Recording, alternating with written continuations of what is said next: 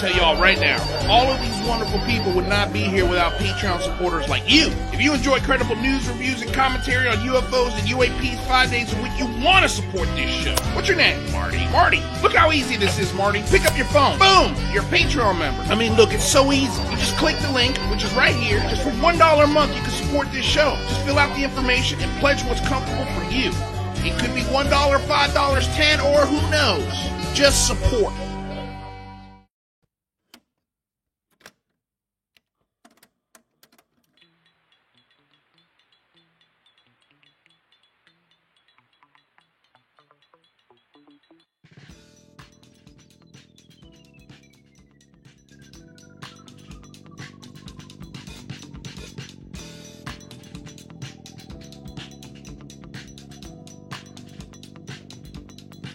Hey, Mikey. What's going on, Lou? What's going on, buddy? Didn't expect to see you here this Friday. I didn't expect to see me here either. But here I am. Here we are. Hello. Good morning. Good evening. Good day. Good afternoon. And aloha. Welcome back to a very special vacation edition of the Unidentified Celebrity Review. We've cut the vacation short. On Wednesday, I did a video. I'm like, am I on vacation? No. I'm not. Apparently I'm not. But man, we've got a good one today. I told you guys that if something cool came up, we would do a show.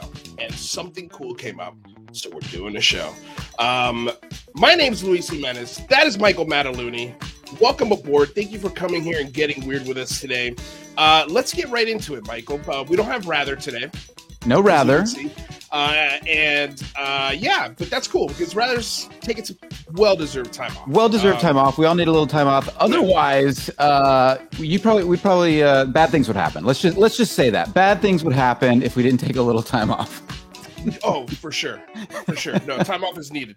Okay, so let's get into this. We've got Ralph Blumenthal coming in at 1:30 to talk about this article that he put on the debrief. And by the way, I just found out we're the first folks to interview Ralph since this interview dropped. So that's insanely exciting. That's very exciting. And we got to give it to the folks over at the debrief because they tipped us off yesterday. They said, we got a big article coming tomorrow. Do you guys want to talk to Ralph about it? And we're like, absolutely. And then we've got the rest of the debrief team reached out and we're like, anything you guys need, any support you need in this developing story, we got your back. And it's like unreal how amazing those guys are over at the debrief. And so then they really won up that offer. And Tim McMillan said, hey, you want me to come on for about a half hour and talk about why the New York Times is scared to publish this article? Yes, please. Yes, please. Without further ado, Mr. Tim McMillan, what's shaking, brother? First of all, I love that you threw me on there after that. I don't know why the New York Times is scared to publish. They're scared. They're scared. Tim McMillan's not. And he knows the answers. Throw Tim under it. Hey, what's going on, guys? It's been a while. Okay, so maybe Tim doesn't have the answers, but he's going to provide maybe some clarity to the situation. Insight. Some insight. Because I think I'll say it seems like they're scared. It seems like the New York Times is not interested in this because it's out of their realm of comfort. But let's hear from Tim. I mean, I want to know how this story came together. And sort of what you wanted to bring to the table and sort of preface the interview with Ralph today.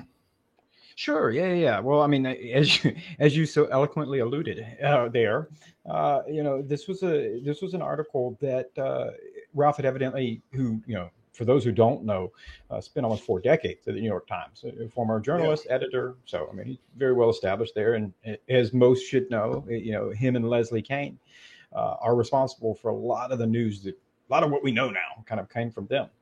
And so this was an article that he evidently had pitched to the New York Times, and I don't know all the specifics. I'll let Ralph, if he wants to share any of those, but it was a story that they evidently didn't pick up, which I want to say is not totally crazy. Surprising. In the media world. No, I can understand why. It makes sense. I totally get it, but Well, even not just the subject matter. I think there's a lot of people out there who would say, hey, man, I've pitched the debrief and, MJ's told me, nah, we'll pass. The outlets establish what they want to be, what their identity is. And some things they just say, no, we don't want to run.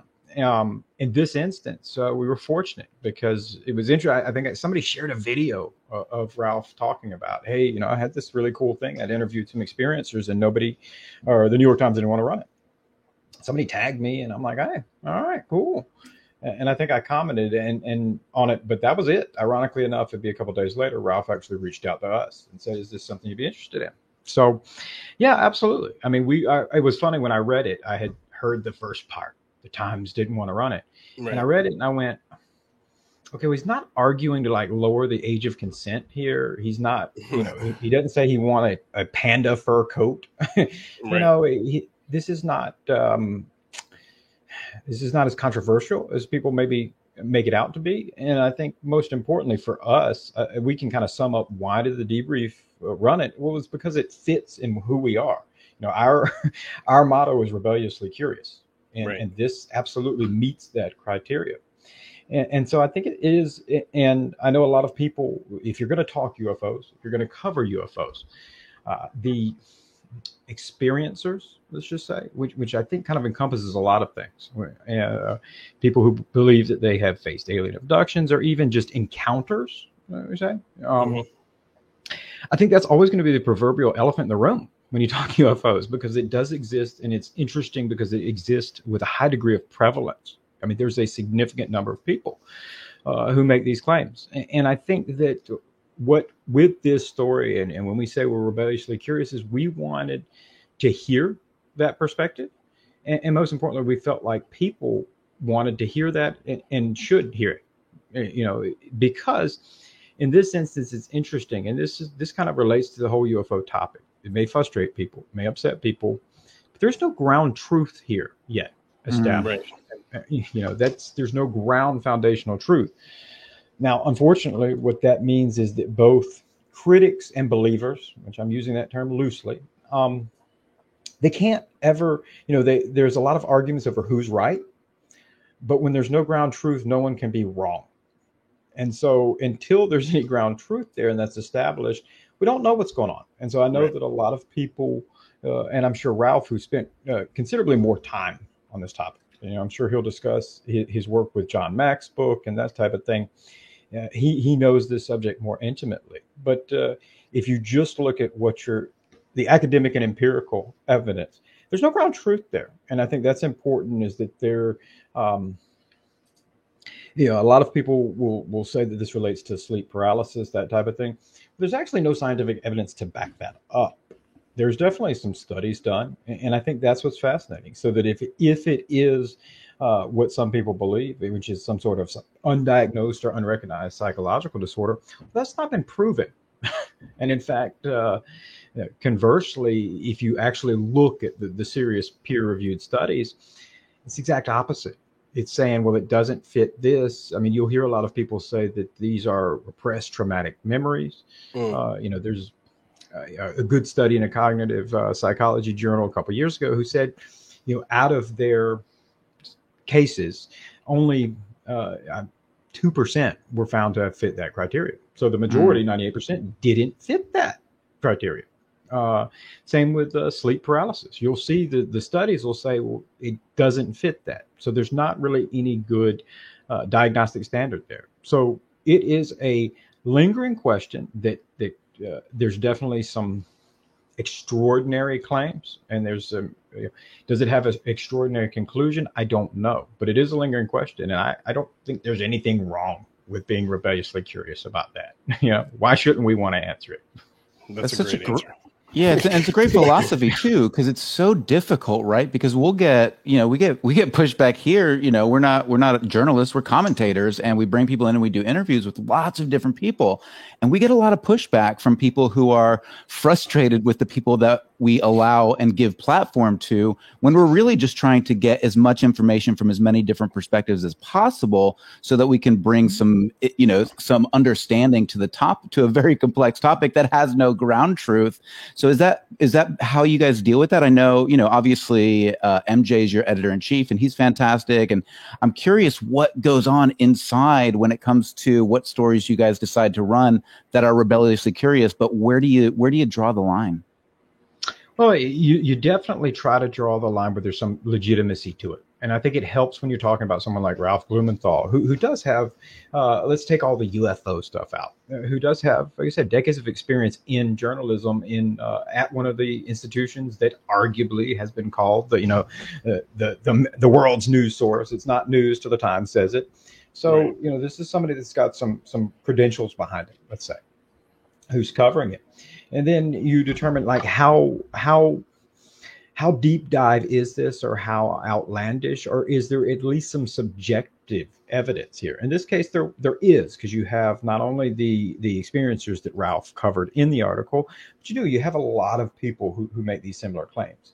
And so you do have this kind of lingering subjective evidence that's out there that says something is going on, that you don't have any objective evidence to meet behind that. Right. And so, it's not, if somebody said, hey, I want to write a story about there being werewolves on the moon, that's not something that we really even have any anecdotal evidence. We don't have anything. Yeah.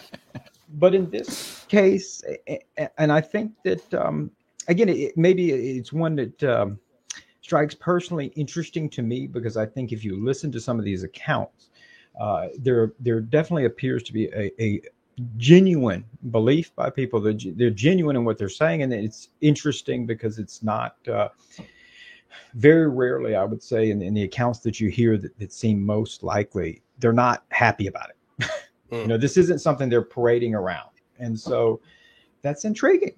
What's going on here. And I think that ultimately, like you said, MJ is the editor. He kind of makes those calls. But I think as a group collectively, we say, yeah, this represents what we want to be out there. Maybe it doesn't for other outlets. That's okay. I mean, that's why we exist. Right. Yeah, exactly.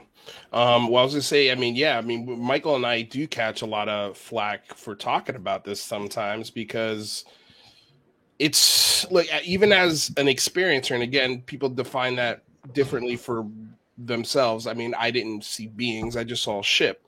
Who was in that ship? I have no clue. So I don't know if it's extraterrestrial. So I don't like to put my finger on it and say, oh, I know what it is. And when we get into this conversation, even for me, it's very, very, very difficult to keep those BS alarms in my head going. Like, it's hard. I'm really trying to put my personal beliefs to the side and just trying to listen. And I'm curious, like, what do you think is because Michael and I have been talking about this, and we're trying to figure out the best way to discuss this aspect of this phenomenon, this experiencer aspect, this close encounters of the third and fourth kind, where they're having experiences with beings, and they describe it, and Ralph describes it in his article as real as this conversation is happening right now. So how do we discuss this while being sensitive to this group of people that clearly exist, that clearly have a voice, that clearly need to be validated, but at the same time, not just believe everything that's said? Like, we can't just be like, oh my God, that's amazing, it's so real. It's hard, because it's a hard concept for the person telling the story to wrap their mind around. So let alone the person who's consuming this story, it's even more difficult for them. So how do we get the experiencers to understand that, hey, what you're saying, no offense, sounds bleeping crazy, but as someone who hasn't had that experience, I'm willing to listen. I'm willing to suspend my bias and everything that I've learned in life, and willing to listen and open my mind to the information. But I just don't want to. I'm going to say I don't want to believe it just with no evidence. I need something.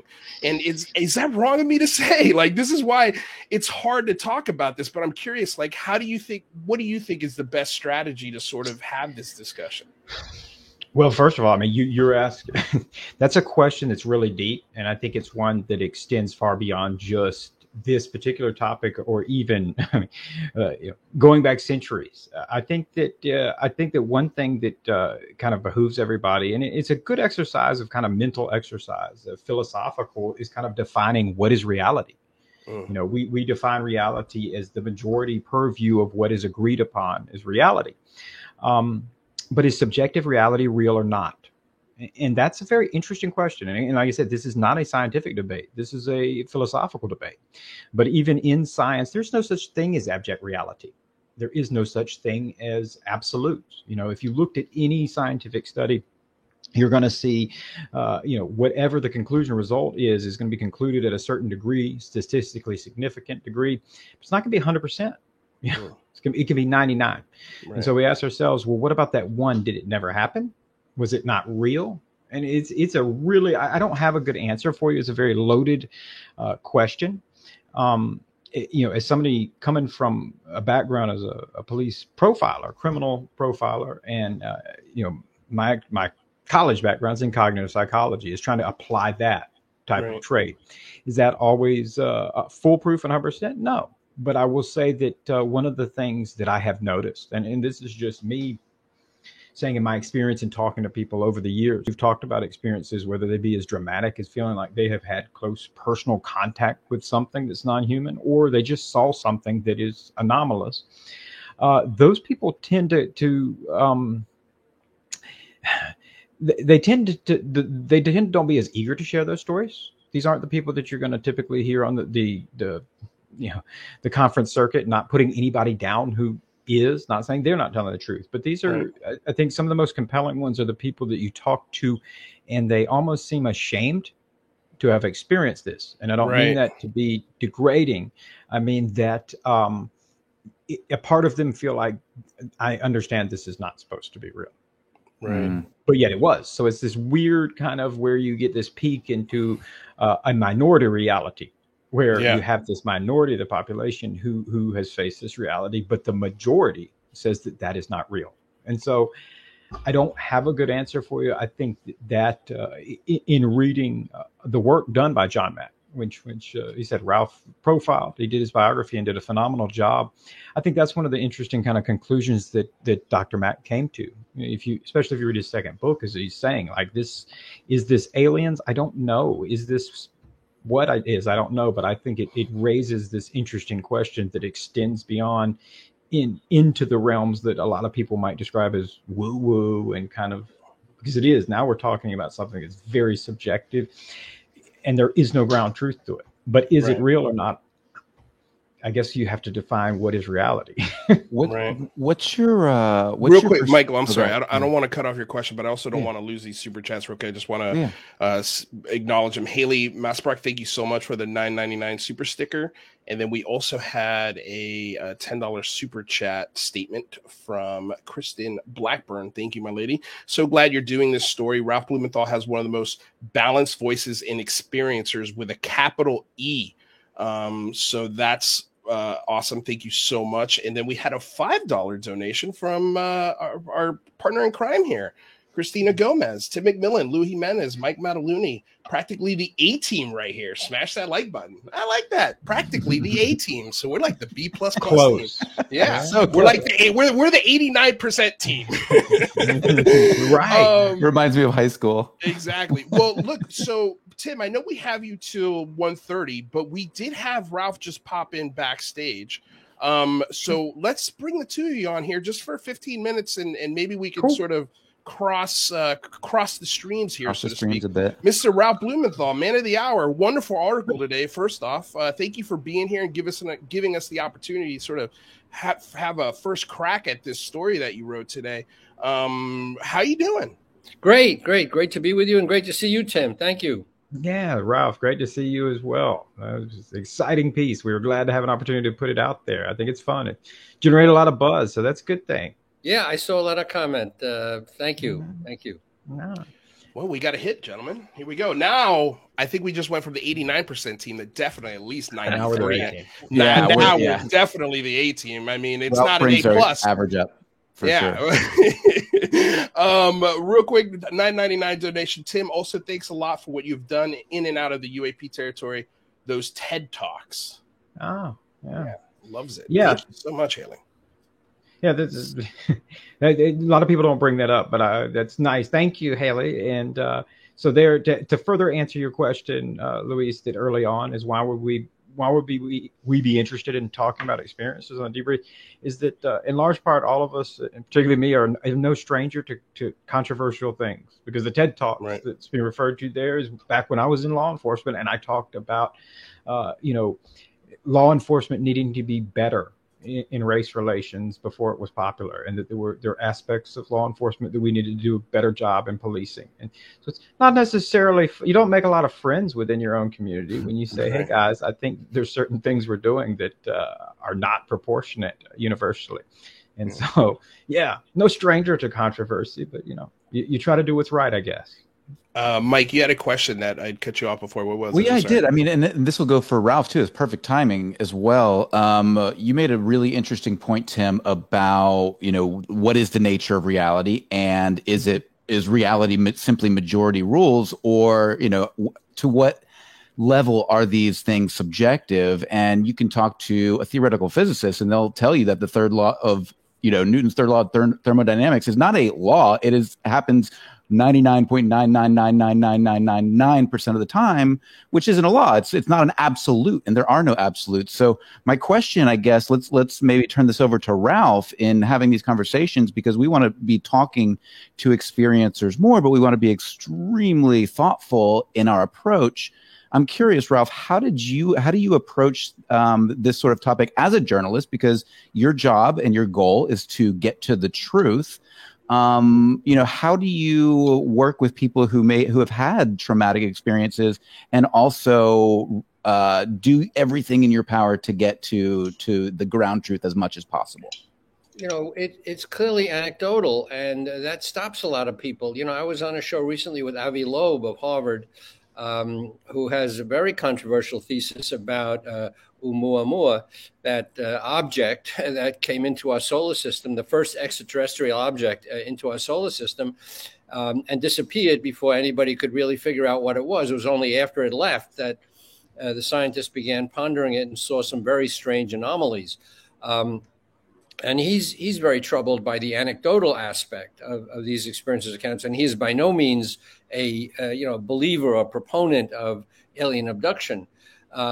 But he also, recognizes, and I think this is interesting in his book, that the scientific community acts some ways as a dictatorship and very unscientific in terms of its openness to new findings. And they have been very outspoken against him, Avi Loeb, and his thesis, which I think he puts forth very well in his book. I mean, he points out all the things that are strange about this object that make it, in his view, likely to be a not man-made, but an intelligent-made object, right, not naturally occurring, a wind sail perhaps of some kind, a probe, a buoy in the universe, but anything but, naturally occurring rock. So, but the scientific establishment has really ganged up against him and said that, it can't be. And he, like John Mack, his predecessor at Harvard, said that the scientific community is really the last bastion of political correctness or scientific correctness or whatever, that does not open itself to actual data. And that's what we're really talking about, data. And these experiencers have stories that don't comport or whatever the word is, with our notions of reality. And yet John Mack could not find any other explanation for their experiences. All the things that, the debunkers and the so-called skeptics, throw out there fall short. And I feel the same way. I don't have the background John Mack had, but I've talked to these experiences, as my article for the debrief shows, and it's completely strange, and yet these people have no physical, mental aberrations other than the strange experiences they've had. So there you go. Any thoughts on that, Tim? On Mike's question? No, I did. I think Ralph answered it perfectly, and I think that John Mack is a good case study in this kind of examining this phenomenon and wanting to examine it legitimately, because I think it's important for people to understand that. And again, Ralph is much more of an expert on John than I am, but in reading his works, Dr. Mack did not get into this a quote believer or under the auspice that I'm going to prove aliens, I'm going to solve what's going on here. It was more, in my opinion, exactly correctly what an academic, what a researcher, what a clinical psychologist should do, which is say, okay, we potentially have a undiagnosed or unrecognized mental disorder. And so I'm going to investigate it like a scientist. And in the process of doing that, came to the same conclusion that he's not alone in.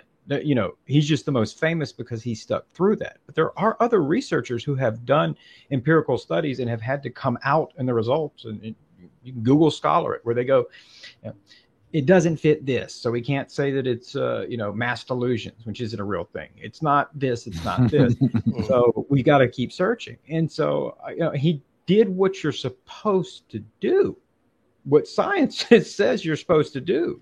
He didn't set out to prove that alien abductions were real. He set out to prove what was going on and then just continue to follow where the data went. And I think it's, like Ralph said, it is disappointing, if anything, especially when you're talking about something like science and academia, where we depend on for breakthroughs. We're going to get new discoveries to say, whoa, now we can follow the data to a point.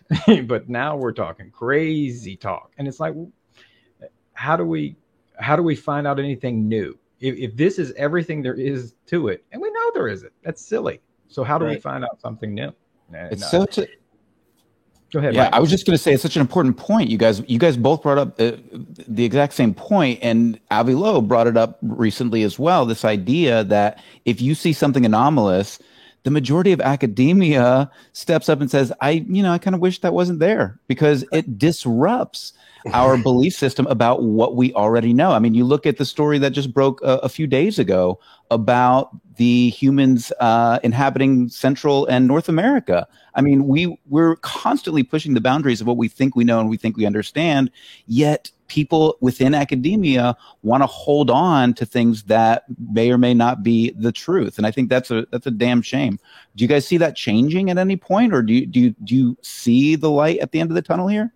It's a long, slow process.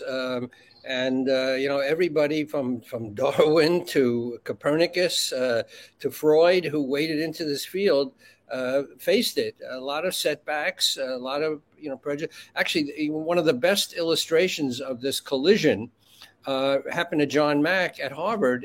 Harvard convened this secret, I call it an inquisition. It was a committee to investigate his practices, and it was like two different worlds colliding. He said in an unpublished manuscript, when worldviews collide. Nice play on the old movie, when worlds collide. But these people were adamant at Harvard, saying that reality is what we see, taste, and touch. That's it. If you can't hit it like a table, or smell it, or taste it, or see it, it ain't there. It don't exist. That just left out a lot of experiences we don't understand, like love, like the atomic realm, perhaps. Yeah, I mean, like the survival of consciousness. People have seen things at the portals of death that no one can explain. So, and I was going to say that anybody who wants to learn more about John Mack's approach should read his first book, Abduction. He has 13 case studies. He takes tremendous pains to interview these 13 people whose names he conceals. He doesn't give them, although some of them came forward later under their real names, so we know who they are. But he spent a lot of time investigating their stories and trying to, understand what had happened to them in conventional terms, and failed. And what he did prove is that these are absolutely normal people, except for what they say happened to them. But other than that, they were not driven crazy by they were not crazy and had these experiences. If anything, they developed problems as a result of these experiences, which no one could explain. So, but he was a very serious researcher, as you said properly, and And you see it in these 13 case studies. They're fantastic examples of psychological workups. And here's a picture of the book. Oh, well, had a picture of the book and then it disappeared. Oh, where'd it go? While you do that, Anyway, I'll do these. Yeah, please. Real quick. Do you find any cognitive dissonance says, do you find any common threads among experiencers, and how do you determine their original common threads versus manufactured with intent to deceive? There are none. In short, John Mack tried to find some common denominator that would explain, that they're all like this, and this is why they have these experiences, or say they've had these experiences. And he couldn't. They came from all walks of life. There were children as young as 2 years old who were not, taking their cue from movies or books or, or whatever. They say, they're lying in their crib and they're playing with their little toy and saying, "Little man, take me up in the sky. I fly in the sky." This is a 2-year-old kid. And the mother says, "What?" And she was an experiencer too. So she was like sort of dreading what he was coming out with. But John Mack talked to the kid and said, "This kid is not making it up. He had some kind of an experience that we can't explain." So in short, the answer, Mike, to your question is that there is no common denominator that explains, oh, they're all like this, or they're rape victims, and therefore they're, sublimating their rape experience to pretend that, that they were raped by aliens. It's not that easy. Right. And it's not to say that that's not a possibility in a small percentile, but from what you understand in your research into John Mack specifically, none of the cases that passed his filter were that. Is that accurate? Right. Yes, it's true that there were some people who came forward who were disturbed. He weeded them out, or tried to. So you're absolutely right. What I say in my book, The Believer, these people were normal. By normal, I mean they had conflicts with their parents and their children and siblings. They were rape victims. They were traumatized. They went through PTSD. They were a cross-section of humanity. And humanity is not, pristine and perfect. They've had all kinds of terrible experiences. But the experiences they had did not explain the abduction accounts that they gave. So that's the crucial thing. Not that they were perfect and untouched by, any trauma in life, but that it didn't explain what the stories that they came up with. Right. Well, real quick, let's go ahead and give Tim the floor here. If you have any final thoughts, because I know you got to go. You've got a football game to get to tomorrow morning. Yeah, early morning. It's late night here in Germany, an early morning football game. But no, I think it was fantastic to have an opportunity to publish Ralph's article. And I guess the overarching question when we started this is, well, why would the debrief be willing to publish this when other outlets wouldn't? Or, why would you be willing to go that route? But because we should be. I mean, I think that we should be, because as Ralph said, I mean, this is something that's going on, and it's something that's affected a lot of people, and there is no general or scientific consensus. And I think if you looked at that, both from researchers like John Mack, who have done the significant work specifically to this, you can look into, the American Psychological Association, who publishes the Bible of disorders, who went and tried in 2002 and said, we can't come up with a diagnosis criteria to make this fit as a disorder. We do not have one. So this is not a disorder. So what is it? I think that's a lingering question. And I think that it's unfortunate if people, who want to pursue it with true academic vigor and try to make some sense of the subjective nature and maybe bring it into a realm that's more objective, are stifled with that I think that you can't publish that you can't talk about that.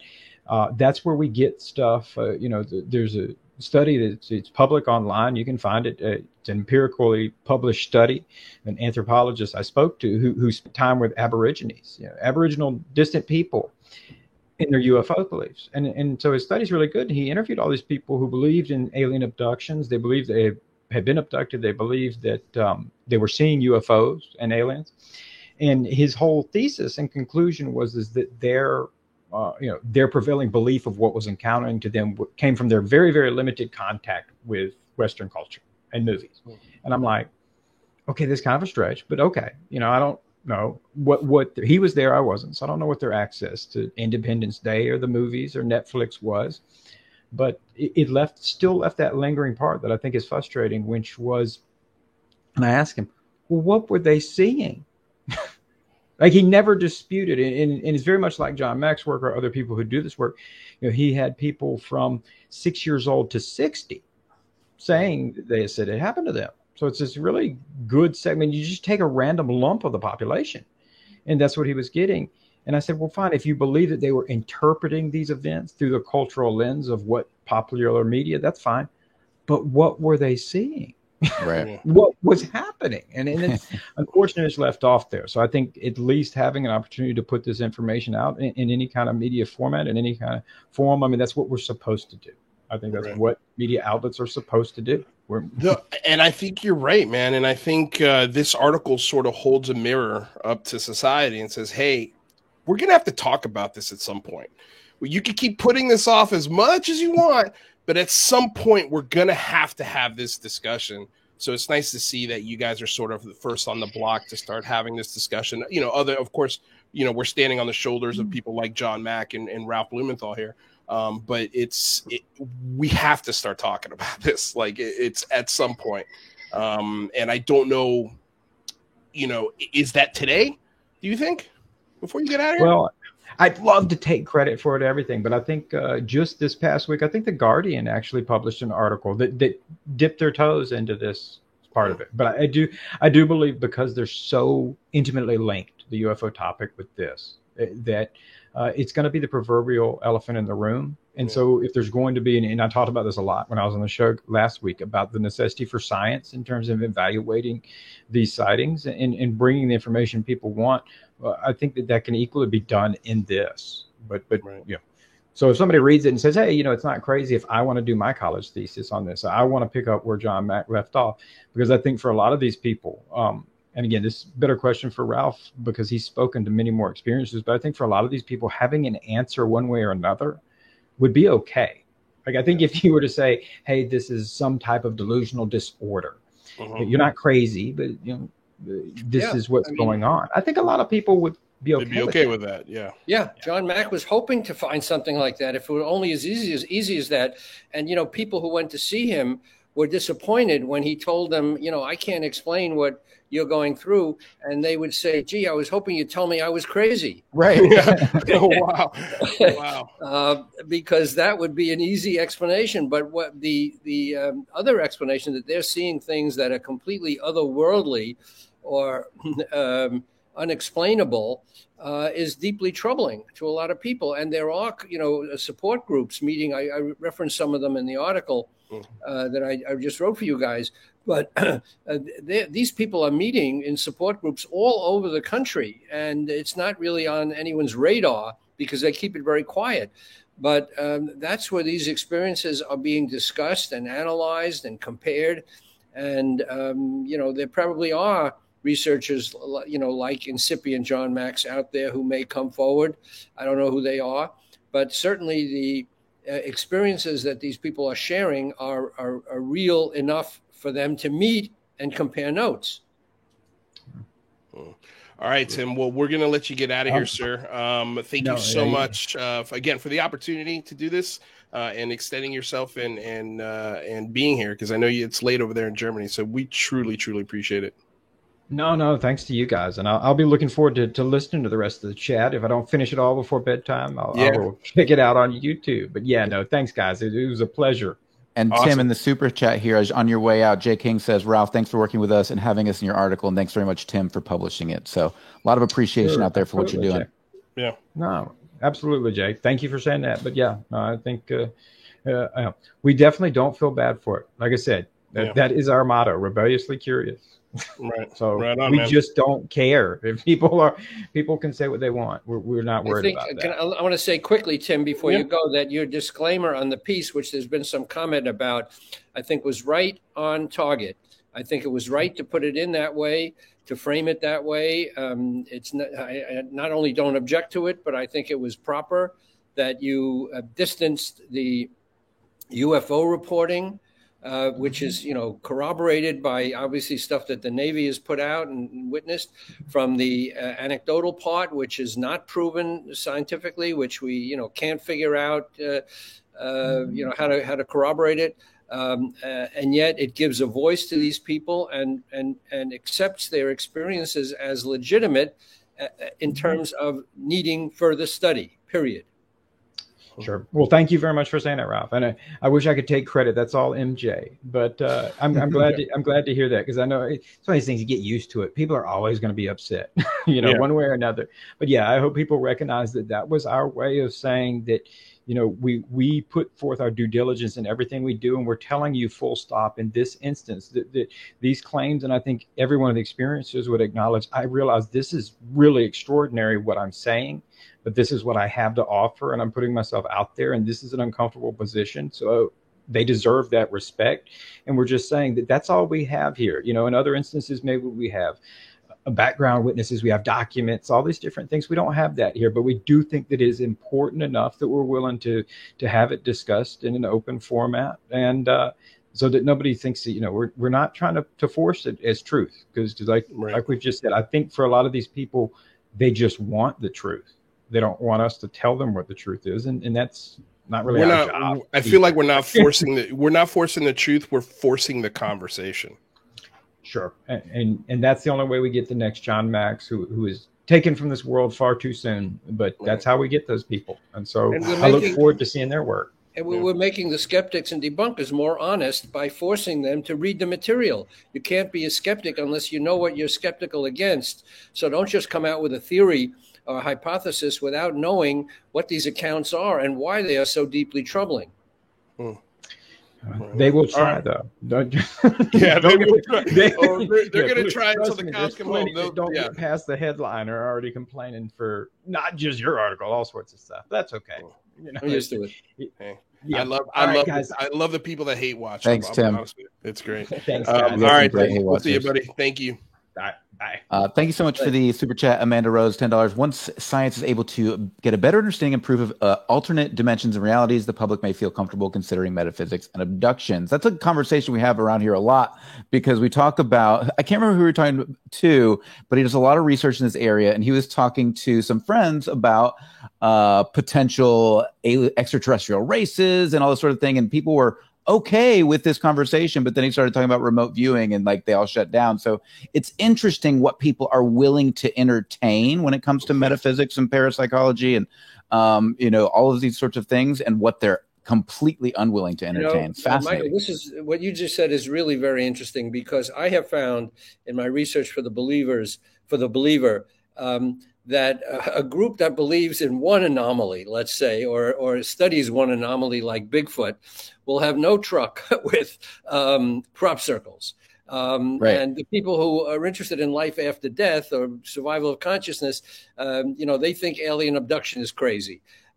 So there is that kind of tunnel vision for one anomaly. You'd think that everybody would understand and respect each other because they're all part of some huge mystery. And this is what John Mack came to understand at the end of his life. They're really part of the same large mystery. We don't understand any of it. But the way the world works, it separates into camps and factions. This group, will believe this, but they think this is worth studying, but this is crazy. So we have to get beyond that. Right. It's actually interesting. We were discussing this the other day on the Singularity Lab. It's called in-group bias. You unfairly favor those who belong to your group. We presume that we're fair and impartial, but the truth is that we automatically favor those who are most like us or belong to our groups. It's exactly how this stuff breaks down. On the other hand, it's important not to just accept everything. In my book, I have a little anecdote about an interview John Mack gave to Psychology Today, which turned out to be very critical of him. But the woman, the reporter who questioned him, said, I thought it was a great line. She said, "Do you have to put on the whole bloody snowsuit? Believe everything?" And he said, "No. You said you take each thing on its own and you evaluate it." So that's a little different perspective on the same issue. It doesn't mean you have to accept every crazy thing. Ghosts. They're all separate. They may be related in some dimension we don't understand, but it doesn't mean that every time there's something we don't understand, we have to accept it as reality. It just means that a lot of different things are worth study. Absolutely. And I think it's just important for us to separate ourselves from these factions and these groups and just look for the truth. Try to figure out in what aspect of this particular piece of the puzzle do we understand? And let's dig deeper and try to gather information. Jazz Shaw has a 25. Well, I was saying, wait, hold on. Yeah, I want to just comment on what you just said. That's a huge ask. It's a huge ask for people to be like, hey, you know that group that you think exactly like, and all you guys are buddies, and you've been buddies since, I don't know, birth. Yeah, maybe think outside of that bubble. It's, man, that's the big ask. That's the issue with everything other than this topic. Like, people getting outside of their thought process, getting outside of what they think they know. It's a hard ask for them to be like, listen, you need to drop everything you think you know and just shut up and listen.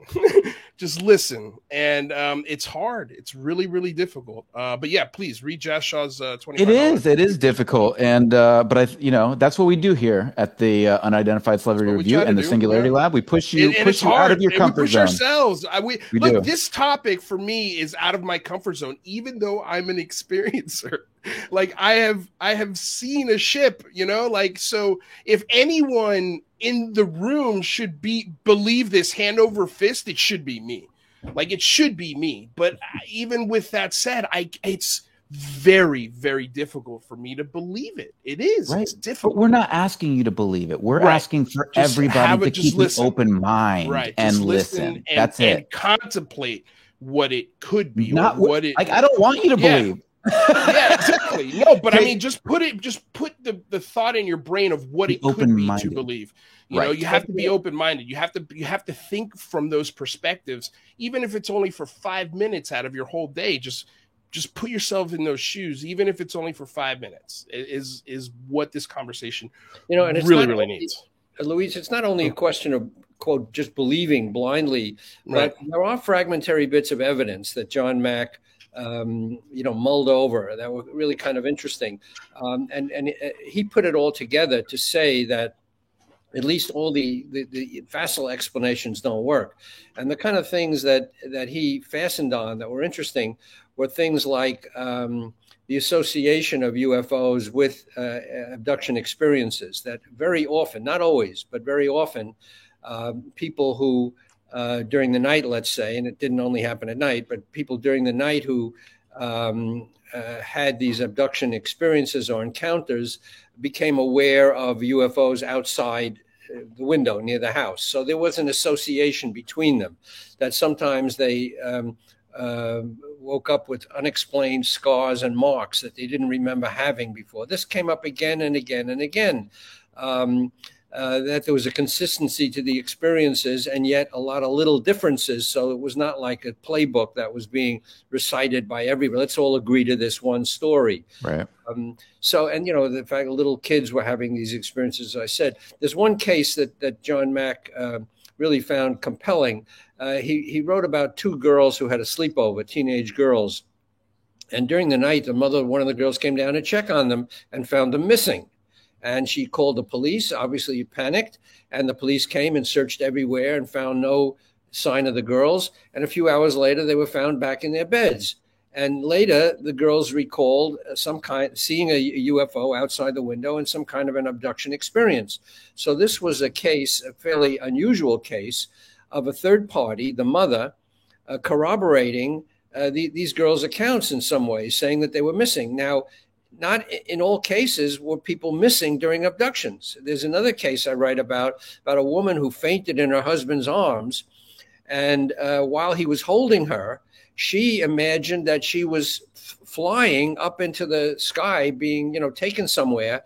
And she, had all this astral travel and then it came back to earth into her body. But he said later he was holding her the whole time. So those are two different experiences, one showing an absence, one showing no absence, completely contradicting each other, yet they're both, fascinating cases. So what we've got to do, as I said, and you all agreed, is look at the data and just look at and try to understand at least the reports of these experiences before we jump to conclusions of what they are.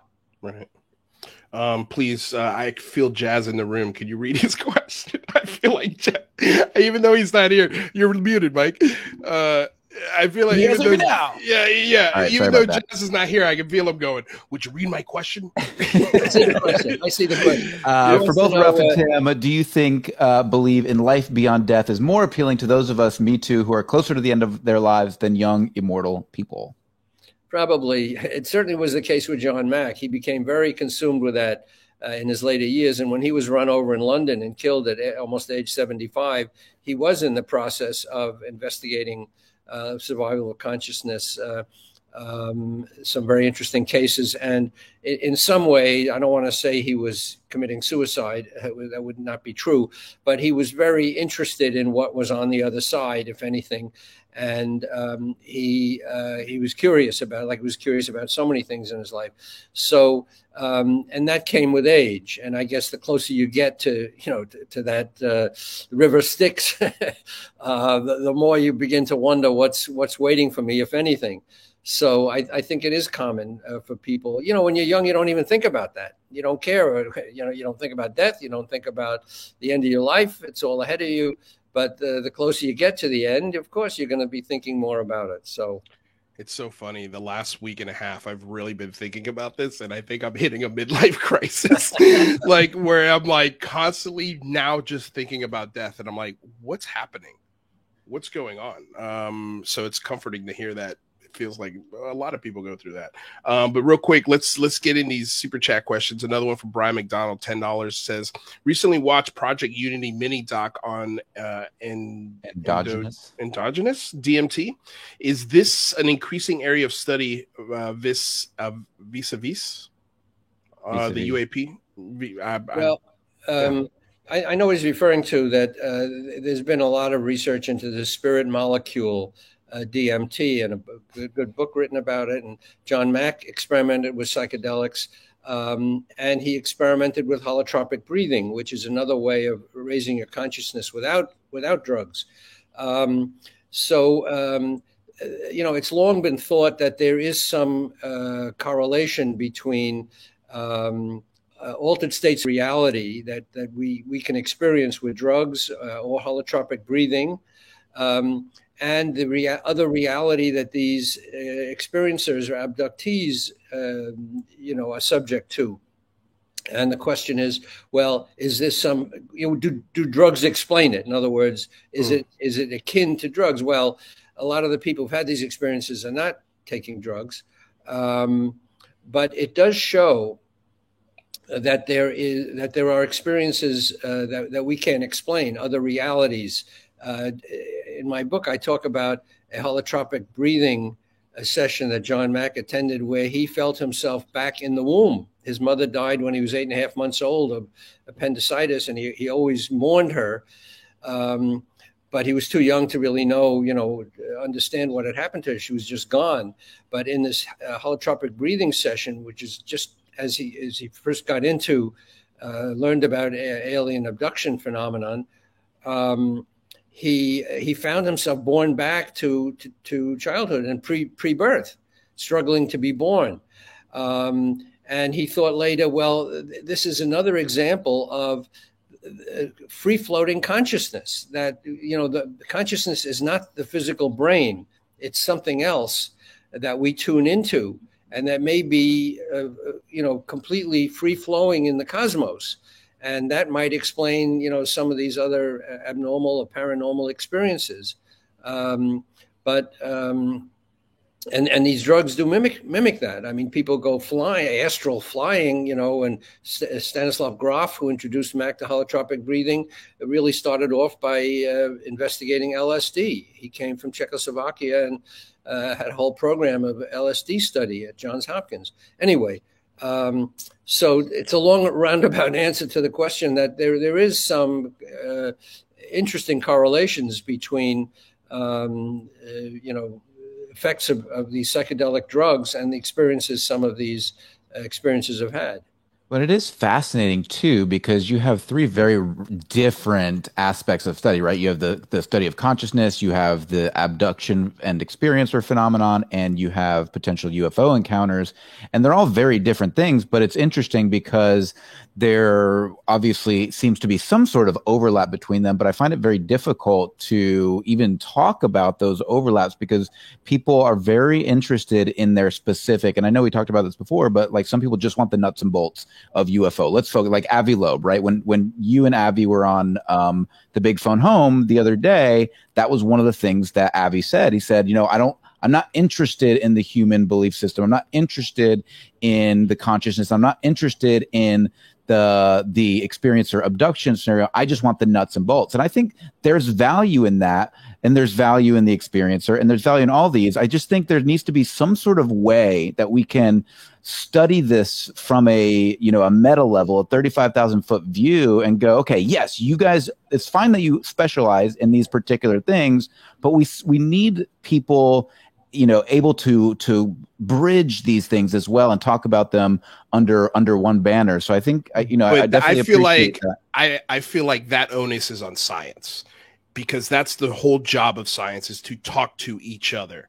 And if science is going, I know they don't, but it's contradictory. It's speaking out of two sides of your mouth. Like science needs to say, okay, this clearly pushes our belief systems. This clearly pushes what we think is science, but they're the ones who have to start talking about it. It's not us. We've been wanting to talk about this for 70 plus years. It's science going, no, thank you. We'll pass. Louis, that's exactly right. Science is basically determining the debate. And a good example of that is SETI, the Search for Extraterrestrial Intelligence. They are setting up these extraordinary telescopes to look for signs of radio signals in the universe, cosmos, that would indicate intelligent life. So scientists, that's a very firmly accepted scientific pursuit. SETI, Carl Sagan did it,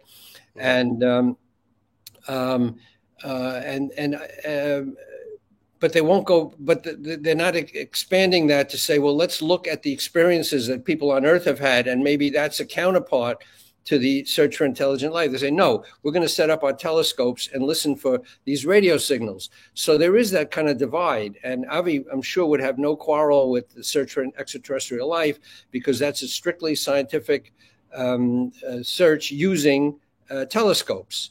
And science likes instruments. They don't like the human instrument, right? Except scientists like John Mack, who's a psychiatrist, who study the human instrument. But other scientists, physicists, etc., don't like the complications of humanity getting in the way, right? Because there's so many other things that are difficult. One scientist told John Mack, I quote in the book, that we have enough trouble with our telescopes. Don't give me human beings.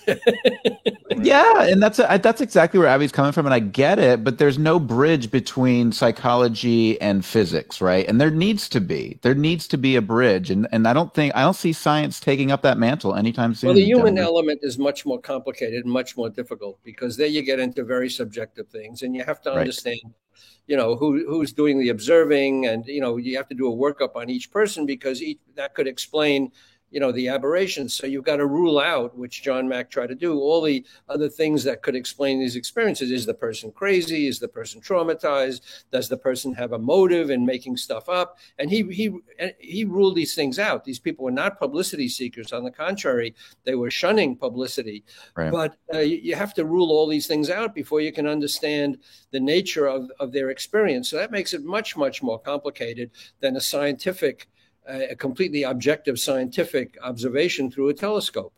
Right, because humans are susceptible and suggestible, right? So real quick, Sonic Gravity with a $10 donation, who says consciousness is energy on the surface of a black hole. Just saying. Yeah, that's okay. All right, fair enough. Sonic Gravity, this is hilarious. Basically, science is like plugging their ears in with the fingers and just going la la la la la la la as we're trying to have this. Science is going to be forced to deal with this, but they're going to go in kicking and screaming. They're not going to go into this quietly or willingly. They're going to be their hands going to be forced on this for sure. Well, I got to say that, and again, this is in my book, that the end of the book talks about the billions and billions of dollars that science is spending, legitimately spending, to investigate the cosmos. And for example, just 2 years ago, there was a picture, actually, a image of a black hole 55 million light years away. I mean, absolutely extraordinary. And it made headlines around the world that science got this picture of a black hole 55 million years, and you can add zeros to infinity to show you what that number is. And yet we have a picture of it. And after billions and billions of collisions, they found the tiny particle that may make up 95%. May help understand what makes up 95% of the universe. The dark energy and dark matter, they have no idea what it is. So they found, the Higgs boson, one little particle after billions of collisions underground. Out of all that expenditure to find these things, which are huge breakthroughs scientifically, but they're not spending any money to monitor these UFOs or UAP. And, the Pentagon report that came out June 25th said that they started studying these things seriously in 2019 and 2020. I mean, come on. That's when they started, really compiling the data. That's what the government said. So take them at their word. So now we're beginning to look at this data. It's been around forever. And, these stories, which certainly proliferated after World War II and, with Roswell and Kent Arnold and all that. I mean, now they're compiling the data. So it's a little late. I'm glad they're doing it.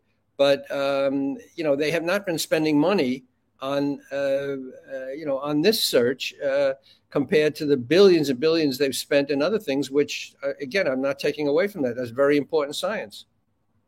Mm.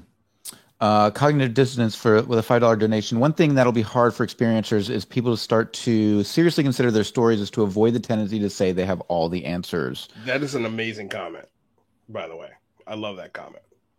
And Bottled Water with a $20 dono. Science will be forced to deal with the abduction issue when a repeat abductee allows someone to surveil them and gets definitive evidence of abduction on film. That or I punch an alien in the face and throw it. I already know where Ralph is going to go with this because I read the article. And I feel like if these things operate the way that he describes or these experiencers describe, that's going to be impossible. Impossible. These things go through walls. They come through portals. Right. Randy Nickerson tried that. He's one of Mac's earliest experiencers. He's in the Mac book. He came forward under his own name. He's doing a film. I've seen the rough cut on the episode at the children's school in Zimbabwe where children, saw craft and beings in 1995, very famous episode. And he tried to set up a camera and record these things. Don't come out. There's always some malfunction. That's the nature of the phenomenon. It does not lend itself to being photographed, whatever it is. I talked earlier about on Christina Gomez's show about what's that ranch? Skinwalker Ranch. And they try to measure and they take pictures of things because all kinds of weird stuff was going on there. And they had two cameras set up and they intersect with intersecting fields of vision. And one camera during the night had its guts ripped out. Very deliberately, apparently, somehow. And the other camera, which was trained on it crossed the field of vision, recorded nothing happening with that other camera. So here was one camera looking at another camera. One camera had its, was tampered with. The other camera recorded nothing of what happened. That happens all the time in this phenomenon. I can't explain it, but it is a given in this field that it doesn't lend itself to being filmed, photographed. Even the UFO pictures have not been great.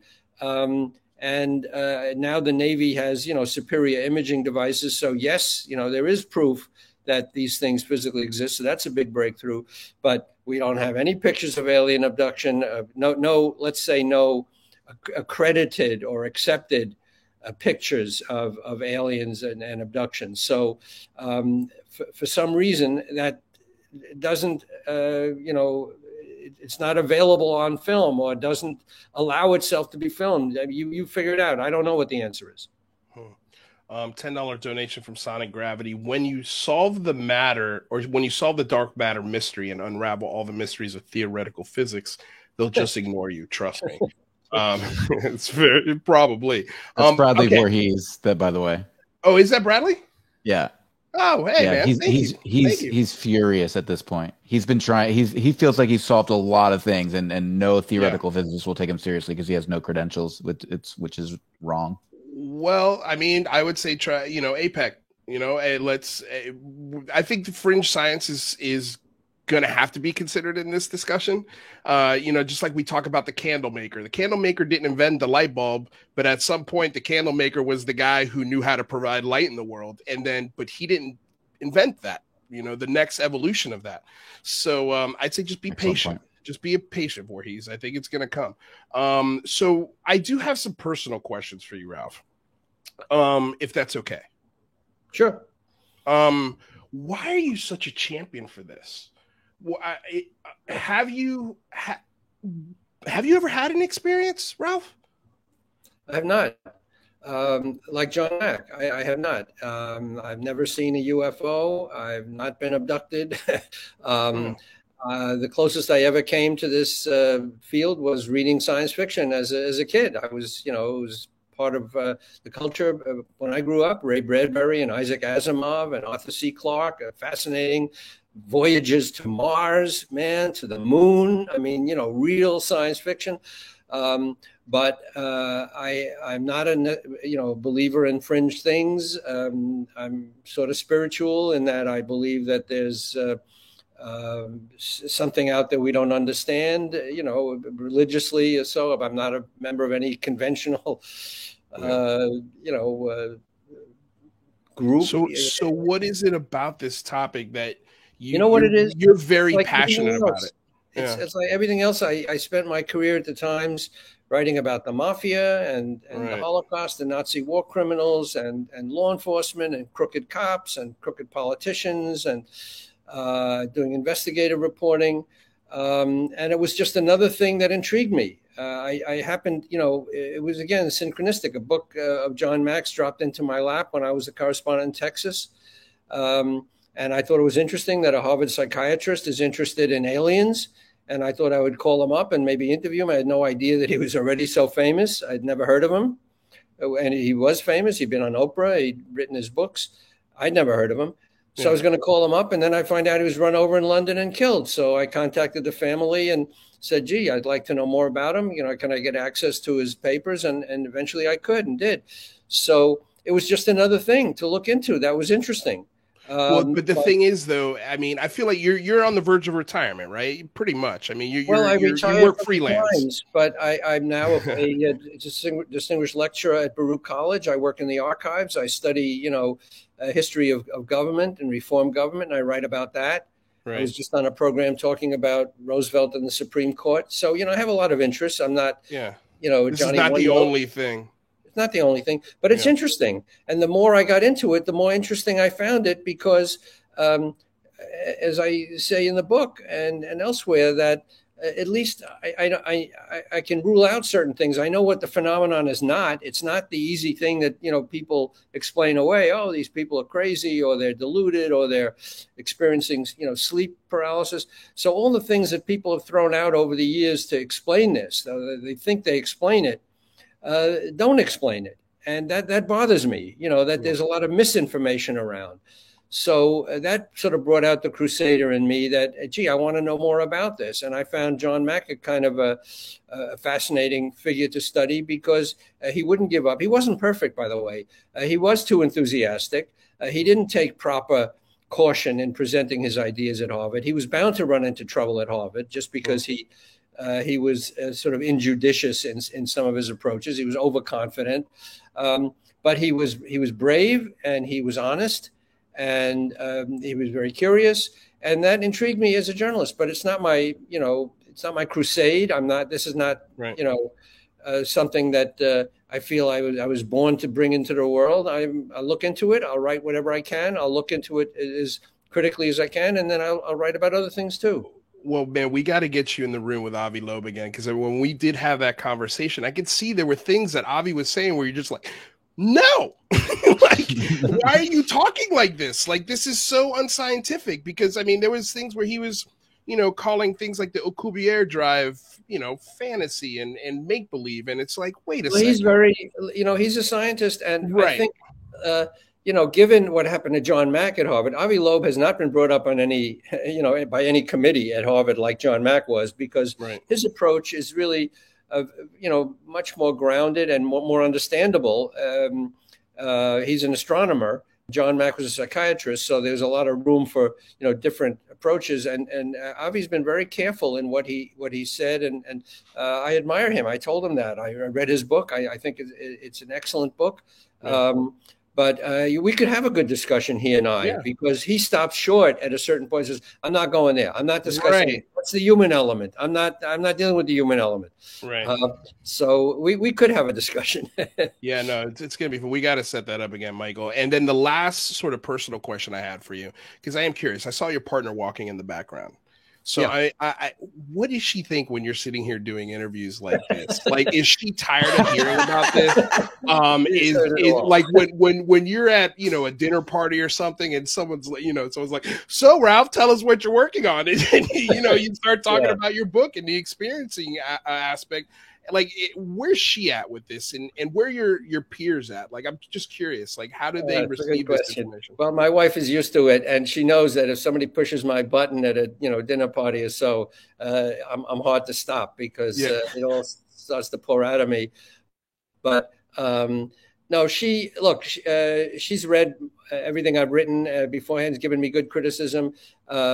She is, I think she's come to agree with me that there's a lot of things that we don't understand in this world. She's, John Mack's wife, just to segue off this for a minute, she supported his work too. She didn't believe necessarily everything that he believed, but she thought he was honest and he was on the right track of something interesting. And even though he wasn't always faithful to her, which is another part of his story, he was always searching for the missing woman in his life, unlike me, for example. My wife is a great support to me, and may not share all my interest in this field, but certainly thinks it's worth studying. My colleagues, they're varying reactions. People at the Times, some of them don't want to hear about it. Frankly, some of my colleagues are not interested in that. That world of UFOs and anomalies. But I must say that editors have been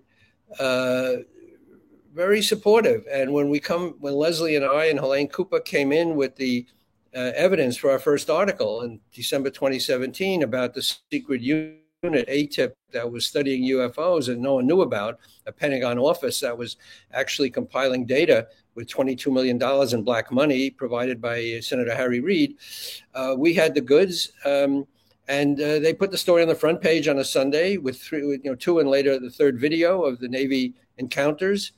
And it got huge viewership. We followed up with a number of other stories, also tremendous reader response, a lot of support from the editors because they saw it as a good story. So, that's the best I can say. That's a great answer. So I'm going to read these $5 these chats real quick, Michael, and I'm sure you've got a question because I've taken the last few, so sorry about that. No. We need a holistic, multidiscipline approach to all these subjects. Scientists are too dogmatic due to one eye always being on their future funding, and that's a fair comment, I believe. And then we had another $20 donation, I believe, from Bottled Water. And he was saying something about punching Mick West in the face, but I can't pull it up. That one. We got that one already. Yeah. Okay, cool. And he then just had another one though. Yeah. The experiencer with a $5 donation. Thank you so much. Next time, please ask a question with it. And then, bottled water again with a $10 donation. Guys, by the way, thank you so much for all these super chats. Just wonderful. Ralph, honest question. What would be the best place of evidence for you? Does it need to come from the government or he said, okay, actually it's two questions. So what would be the best piece of evidence for you? Evidence, if you're talking about evidence of UFOs, we have it now. We have the Navy videos. There's a lot of stuff that has not been released that the Navy has, and the Air Force came a little later to the compilation of data, but they have it too. So UFOs, that's not really a controversy anymore. That those things exist. What they are, as I said, we don't know, but that they exist. The evidence is there, and that's in cold scientific, measurement kind of truth. They have that. Alien encounters is much more difficult. I think, Jacques Vallée, who's a titan in this field, and Gary Nolan at Stanford are doing some interesting research on trying to understand possible changes in the human body after people have had encounter experiences. I think that is a huge potential area of study. Very promising because there have been some bits of information coming forth of people who've had close encounters and have suffered various effects after that. So I think that would be a very fruitful path to study effects on the human body, and some people are doing it. I think the government has to do much more on that.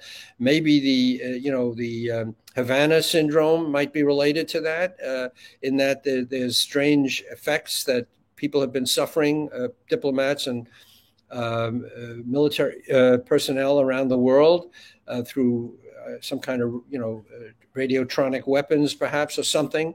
But perhaps there's some intersection. I know there are some people studying that. It's extremely secretive, but it's ongoing. So that to me is the most interesting research going on, because it does lend itself to scientific study. It's not anti-science.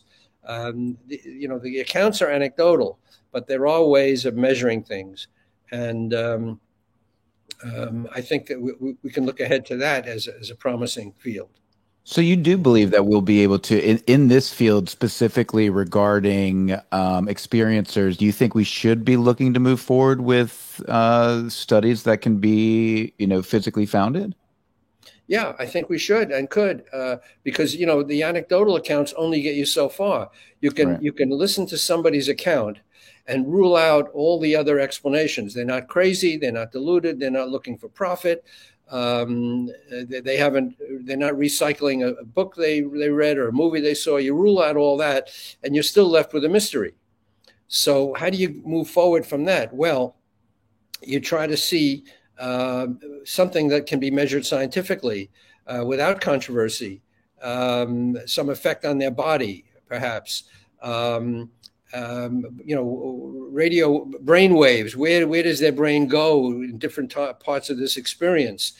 So that I do think it is possible to move ahead with some kind of scientific study of the encounter experience. It's not easy, but because, as I said, attempts to catch it on film and this and that, it hasn't worked for whatever reason. But that doesn't mean that it can't be, that nothing can be done. So right. I have hopes. Michael, did you have any other questions right now? Yeah, I mean, so I'm just curious, and I really appreciate it, Ralph, because, you've done so much work on this topic, and I know it's not easy, and, being able to bring it to the debrief and the debrief bringing it forward, I think it's so powerful because we need people to be able to have this conversation. I think one of the most dangerous things that we see is when you leave out information or when you leave things off the table, people tend to make up their own responses and ideas and fill in the gaps with storytelling. And again, going back to the original concept or the original point that we were making earlier, it's not for you to believe. I don't think that anybody, who's in this room right now is trying to force any belief down anybody's throat. What we're asking is that you keep an open mind and understand these are real human beings with real experiences. We don't know what those experiences are, or how they came to be, or how they're manifested in their lives. But what we do know is that they're very real to those people, and there needs to be a modicum of respect that's paid. And when this topic is talked about, it needs to be talked about in a dignified way, not from a purely negative, skeptical perspective. There's nothing wrong with skepticism. I think we should be skeptical, but scientifically skeptical, not avoiding the subject altogether and not doing our due diligence to understand what's actually happening here versus just making a judgment or falling onto a bias. I mean, this field has always been, prone to ridicule, and that's why Congress has been very reluctant to provide funding for studies. Why people in Congress won't even bring up the subject. They, handle it with a 10-foot pole, if anything, and that's a problem. Harry Reid was very brave to get funding for this ATIP program, because he was concerned by the same questions that so many other people were concerned about. But he came forward, and he said one of his biggest disappointments is that other members of Congress, when he was majority leader, were not backing him up and coming forward. They told him privately that they supported him, but they were very afraid of being attached to the subject in any way, because there's the giggle factor. People make fun of him, and they were afraid, the people in Congress were afraid their opponents would seize on it in the next election and say, oh, yeah, he believes in UFOs. And it would hurt them. So that has held back a legitimate study. But now, as it's been presented as a threat, a potential threat, suddenly, it's worth serious study. And I don't think it's any more of a threat now than it was, in 1947, if ever. But now in the competition with the Russians and the Chinese, they're saying, well, gee, we got to find out what these things are. Could they be Russian? Could they be Chinese? Well, they're not, because the Russians and Chinese are just as puzzled about these things as we are. And they're doing their own research, probably more aggressively, because they don't have to worry about public opinion the way we do. But now that it's seen as a potential threat, there's probably a chance they'll get, more funding. Well, I think there's also a flip side to what you said, Michael, and that is that, nobody's asking us to believe, right? But there's got to be an onus put on the experiencers. Like, look, just because you've had this experience doesn't mean you have the answers. And it doesn't mean you should believe somebody. You shouldn't force somebody else to believe you, right? Agreed. But I feel like a lot. I'm painting a brush here, but the experiencers, not every experiencer, but a lot of them get aggressive when you can't wrap your brain. When you don't validate their experience. When you don't validate their experience, because it's crazy. Not crazy that you're crazy, but it's just crazy. It's a crazy concept for people to digest and think about. So when they don't confirm your experience, you have to, I feel like they have to have a little bit of patience with people that just don't understand it or are flippant about it. And I think sort of that's where when I get like that, I deal with things with humor. I try to laugh at it because it's funny. Like, for me, if I had an experience with something crazy like this, like some of the things that you described in this article, Ralph, with portals and mantis and grays and these beings, like, it's hilarious. Like, it is funny. And I think that's the best way to deal with it is humor. So that way we can get past the bias of everything. And now that we've laughed at it, kind of have a conversation about it. But, and on the flip side of that, when you laugh at that and you invalidate somebody's experience that could have been traumatic, then now you're sending them in a trauma loop. Well, but what I'm saying is that the experiencer should be able to laugh at themselves. That's what they do. That would be like my best advice is, hey, if you could try and laugh at this, I think you'll be able to mentally work through it better. But yeah, Ralph, you're saying. No, I was going to say you're absolutely right. But in my experience is that these experiencers do realize, the ones I've talked to do realize the difficulty that they're in of ever explaining to even their family, their spouses, what they've encountered, that they're pretty subdued. They're not out there screaming from the rooftops. You got to believe me, this is my story. On the other hand, they're really reluctant to discuss these things. And you're right, they do feel wounded by society, not believing them or thinking, writing them off as crazy. But, you mentioned something else that I think is very important. And I think I highlighted in the 4 experiencer accounts that I include in my article, that these things are so unimaginable, these experiences. They do not follow a playbook that, they get, kidnapped by aliens, put on a flying saucer, subject to medical experiments, have their eggs removed, sperm, create a hybrid race. That's sort of a story that comes up. But when you look more deeply into the stories, they are so different and so impossibly weird that you almost think that they could not be made up, because who would have the imagination to come up with these stories? I mean, and they are so different one and the other. There's a consistency to the general narrative, let's say, which is what impressed John Mack, and others.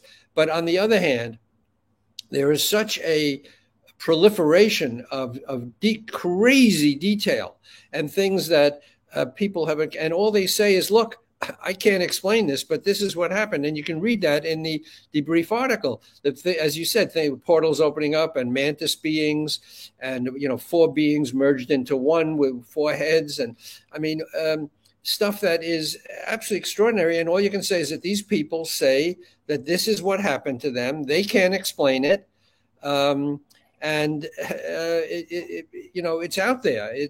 But again, we eliminate all the other things. They're not crazy, these people. They're not doing it for profit.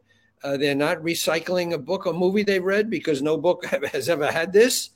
And there are little bits of corroborating information. There are marks. There's, the syndrome of red marks on the backs of some people that I've become aware of that seems to have no explanation whatsoever. Red marks in the shape of a pyramid form or so that people have encountered, not necessarily relating to abductions or UFOs, but this red mark syndrome. So I guess what I'm saying is that there's so many strange parts of this story that it doesn't lend itself to any easy explanation. I mean, we just have to look on it slack-jawed and say, my God, what possibly could be explaining this? But at least we have to be humble and be open to understanding and take one step at a time. It's not going to be easy, and it's not going to reveal its secrets very soon, it seems to me. Yeah. Well, one funny detail, and this kind of answers this $10 super chat, at least from my point of view. Ralph, do you have any humorous anecdotes from your abductee experiences? And the one thing that I found funny, and I know Michael's got to get out of here, and we're running up against the clock for you too as well, Ralph. So we'll get out of here in a few minutes. But the one thing I found that was funny, that was a common thread, was they're little kleptomaniacs. They like to steal things, little knickknacks here and there. Well, there are millions of funny stories. I mean, Betty and Barney Hill, the most famous abduction story of all, which I cite quickly in the debrief article. They were the first couple who went public with a big abduction story in 1965. And Betty told the story, again, under hypnosis, and it was sort of coaxed out of her because she didn't remember it all. But she, at one point, said she grabbed a book on board a craft. She wanted some proof that this actually happened. And she said, could I have that book? And this being who was, tending to her said, okay. So she got the book. And before she was released and sent back to her car, they said, give the book back. And she said, oh, I need this book to prove that this happened. And they said, I know, but you can't have it. And took it back, and she was very angry and said, she didn't want to give it back. She had to give it back. Anyway, again, the story people say is absolutely crazy. She had a book, an alien book, and she had to give it back. Well, you ask for a humorous story, that's one. I think you're muted, Lou. if you're trying to talk. Yep, you're right. $10 super chat question. I think we need to make sure the threat, in quotes, narrative doesn't push the UAP research to DoD, resulting in the militarization of space science. NASA should be in the lead, in my opinion. Any thoughts on that? Yeah, I think it's a good comment. I think, there have been various accounts over the years of commands to shoot down a UFO. And I think there was actually some attempts made, and the missiles didn't take effect, or they couldn't be fired. I mean, it's another example of these strange things that, that whatever they are, they interfere with technology. If you believe some of the stories, they prevented, they went out to the missile silos and disabled the missiles. There was a whole book written about that. So, I think the writer's right that there's a danger of seeing things in military terms. We've got to shoot these things down, or we've got to see them as military threats. They have not been a threat so far as we know, in terms of taking any hostile action against the United States, attacking any facilities. It hasn't worked that way. Even though, Bud Hopkins and David Jacobs particularly saw the alien presence as some kind of a threat to humanity, that they were on a mission to co-opt humanity or so. I mean, it's obviously all speculation, but that's what they took from the story. John Mack didn't take that. He saw rather other messages in the encounters. But anyway, I think it's right. There's a danger of militarizing the issue. This is I love Bottled Water's comment here. I've never seen a Greenland shark. I've seen some videos of them. Maybe I should take the UFO approach and pretend they're not real. Just saying. That's true. Case for Infinity. This is great. And actually, this is going to be the question I leave off. Not Case for Infinities. I'm going to sort of double on his question, and then I'll let you guys go, and we'll finish out the last half hour. But Case for Infinity says, in honor of John Mack, would Luis be willing to visit a hypnotist to find the missing details in his UFO encounter? Yeah, sure. I'd be willing to do it, but I think, I don't know. I'm going to sort of rely on Ralph here on maybe, because I don't feel like I had missing time. I think it's just because it's a 33-year-old memory is the reason why I can't remember parts of it. But I am curious because Michael and I have really been having this discussion, and I see some people sort of think that my dealing of humor with things is maybe not the best route to go. That's how I deal with trauma, right? Is I try to laugh at it. And I think you guys are right by saying, well, not everybody deals with trauma with humor, and that's fair. So my question to you is, and I'm hoping maybe you can help us with this in the near future, but we really want to devote not just a week, but a couple of weeks to this experience or discussion, but we want to be able to have this discussion where we can question things but not insult people at the same time. And it's a fine balance because, again, this is trauma sometimes and what people are dealing with. So what would be your suggestion for this show? Do we bring in a psychologist? Do we bring in a hypnotist? What kind of medical professional can we bring in? Is there anybody that you could recommend that could sort of help us navigate these experience or discussions and experiences? That's an interesting question. What I found with John Mack is that whenever he brought experiences onto a mass medium kind of a show like Oprah, so it turned into a circus. Right. And these experiences, these people and their accounts don't really fit well in a broadcast setting. They're tender experiences. They're controversial. They're painful, and whenever you reduce them to airtime or portray them, in a public way, it tends to come out as a circus. So that's the big danger. That the stories are often ludicrous, and the people are ashamed. Maybe they shouldn't be. Because it's not their doing, but they're ashamed about what happened. They certainly are ashamed to talk about their sexual experiences that they remember. So to put that in a public forum is very difficult. You can get psychiatrists talking about it, but getting the experiences to do it, the ones I've seen, the shows, have really not worked out very well. They've been painful, and it's just too awkward a subject. But I mean, this discussion is going to have to be had on that kind of forum at some point, right? I guess so. I mean, that's why I have a little bit of an advantage as a print journalist, talking to these people, without a camera, privately, and you get much more that way. I know the support groups, would not lend themselves to being filmed. Let's say, like all therapy groups, sexual survivor groups, so they'd be very wary of being on camera talking about, because everything changes the dynamic. Let's face it, your medium, whether it's a podcast or a video or a film, is a very unforgiving and intrusive one, and it changes the dynamic. When you're off camera, you can talk to people in a different way. Right. So it's very difficult, and it just it's hard to find people who are willing to come forward and talk honestly about their experiences in such a public forum. It was hard enough for me to get them to talk to me off camera. And I really worked on that to find the right people and get them to talk to me. And they were nervous about it too. How is this going to come out? Am I going to look like a nut? But to do that on camera is very difficult. On the other hand, everything can be done, some way. People can be shot in shadow, let's say, or in some way. And, and there's some people who are more willing to come forward. Some people have already come forward. People like Whitley Strieber, for example, is an old hand at public discussion.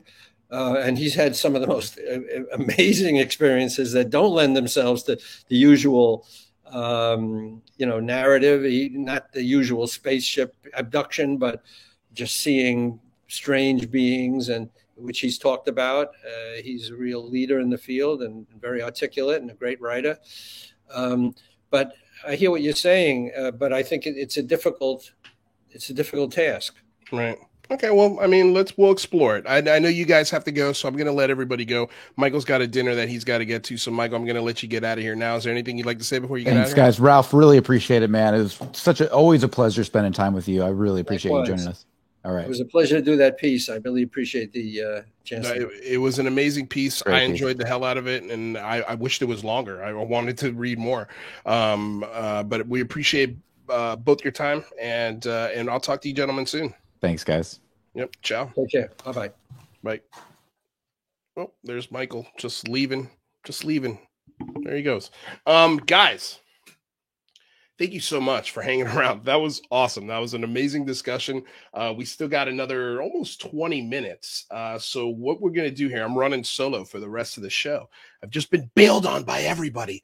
But yeah, so here's what I'm going to do. Let's go ahead and open this up to some whoever wants to come in here and say what's up in the last half hour. If you have any comments on the last hour and a half discussion on what we've been talking about, I think it's official. Lou and Mike are beefing. We're so beefing, you guys. Start the rumors. It's all Michael's fault. Thank you, Kristen, for the suggestion. I'm going to go ahead and put the StreamYard link in here if you guys want to call in. Again, share your thoughts. You don't have to be on camera, but if you're going to be on camera, we ask that please turn down the volume on the YouTube, on the show you're watching, so it doesn't echo. Don't be naked, and be on a Wi-Fi signal if you can be. So that would be great. So here we go. I went ahead and posted that in there. So feel free to pop in here. Whoever wants to pop in here whenever they want. Michael has not shut off his camera. So what I'm going to do, what's that, a vacuum? What's going on, Michael? All right. So here we got bottled water. What's up, bro? How you doing? Let me plug in my. You can plug in the camera. Yeah. Do it. Is Luis on a diet? He's looking thicker. Thank you. Yeah, I've been working out a little bit. I mean, I don't think the last week of me working out has been slimming my figure, but I do appreciate it. Well, yeah, babe. I've been walking in the morning. You know what? Wow, listen to her. There I am. My girlfriend's yelling at me in a live show. It wasn't one time, it was twice. And I've been watching what I'm eating too. What's going on, man? You here? Hello? I'm here. I got to turn this down so that. Yeah, no worries. Well, while you're turning that down, John Brusso with a $25 donation. Maybe bring a psychologist on to talk about trauma in general, hypnosis versus therapies. I'm with you, John. And I think we're going to try and get a psychologist to come talk to us about it. Hopefully, Ralph can recommend somebody that could come on the show where we can really sort of dive into this from a mental health aspect, because I think it's important, man. I understand that the conversation is hard, and I understand that there are going to be people who really are not willing to talk about this, but we're going to have this conversation, and might as well start treading through the waters on how to do so. What have you done, bottled water? I had to. Yeah. What's going on? I think we're caught up. What are you echoing? Yeah. Oh, you're like, so do this. Just back out and come back in. Okay. Hold on. Yeah. All right. So we'll wait for him to come back in. So thank you for the $25 super chat. Truly appreciate it. A lot of comments here, you guys. I love it. But Aileen girl, what's going on? I saw you earlier. What's happening? Thank you so much for being here. Amanda Rose, thank you for the super chats and for being here. I believe this is the first time I've seen you in the chat, so welcome. All right, Bottled Water's back. All right, hello. Hi. All right, I feel like we're on point here now. Yes. Maybe not. Hello. Can you hear me? Yes, I can hear you. Okay, perfect. All right. So, Bottled Water, what do you got to say, sir? Oh, man, so much, right? Yeah, I can hear you. Okay. Yeah, I think there's a bit of a lag going on. Okay. No worries. We'll do this because we've got another guest here. So give us the thought that you wanted to share, and then we're going to be bringing you on the show sometime in the next couple of weeks. So don't worry about that we're lagging today. We'll figure it out for when you're actually here. Yeah, so I think the biggest thing is a lot of great conversations going on right now. We probably need to think about some of the weirdos. What do you mean? For instance, last night it was so crazy with Singularity, like who Mike had on last night, like didn't even know Ohm's law, and he was trying to tell everybody what Ohm's law was, and I was sitting here like, I teach this. You're wrong. That's not what it is. But it is what it is. Yeah. Is that it? Yeah, I just want to jump in. We'll do the thing when we'll do the thing when we schedule you, dude. But hey, I appreciate you coming in. I appreciate the super chats. Appreciate the support. Oh, always. Of course, want to thank you for your service because you're a veteran. Yes. Yes. Thank you. Cool. Thank you very much. And so everybody knows, yes, this beard is real. Grew it myself. You had said something before I let you go. I'm going to maybe call you out on this last thing, but you had said something in the chat about Havana syndrome being a sonic weapon. ... Never mind. Yes. So it's very much a sonic weapon. We've tested them, and somebody commented at how did they only target the Americans, and we can see through walls with the equipment that we have. So you can very much target individual people with sonic weapons. It's really not that hard. Right on. Well, dude, we got to talk about it when you come back. Absolutely. All right, my man. Well, thank you for being here, and we'll see you soon. We got to get to the next caller. We got a couple on hold right now. All right, man. I appreciate it. Thank you. Later. All right, so one of the more popular callers on the show is here, Mr. Lou Elizondo's neck. How you doing, sir? Oh, where does the wind blow? Oh, where does the wind blow, brother? What's going on, brother? What's going on, brother? How you doing? Where's Lou Elizondo's neck today? Hopefully not lost in the woods in Rancho Cucamonga. I'm with Robert Salas at Camp David right now, brother. But that's for later news. I'm just here to drop some Skyfort, some tips, some info coming out.